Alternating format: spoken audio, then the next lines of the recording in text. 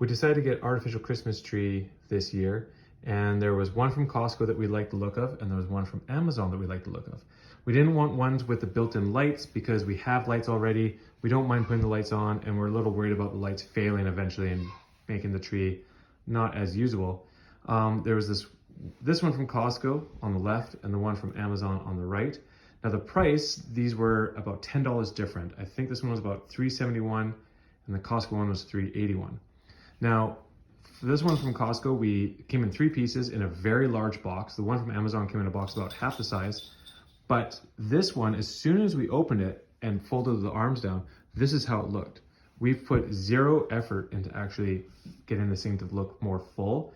And just on how it lays, you cannot see the inner or the middle part of the tree. You really have to kind of dig into it to look for it. It's just so full. It's just amazing how full it looks, which is why the box is twice as large. It's just a much larger tree.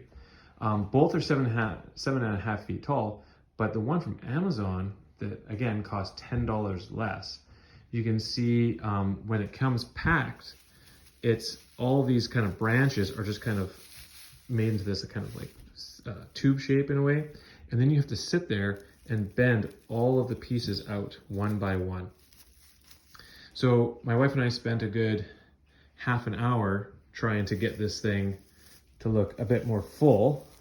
And this is kind of like how it looks once you've spent a bunch of time trying to get all the branches filled.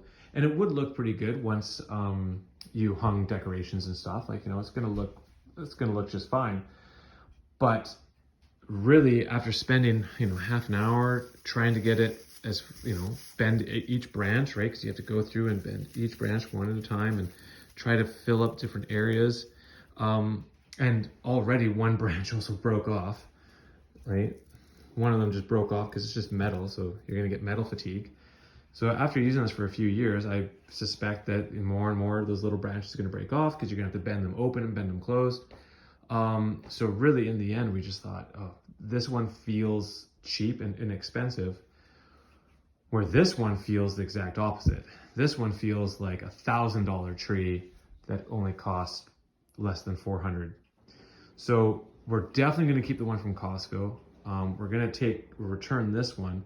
And the main reasons why is we think this one looks fantastic. It was effortless to set up and make look great.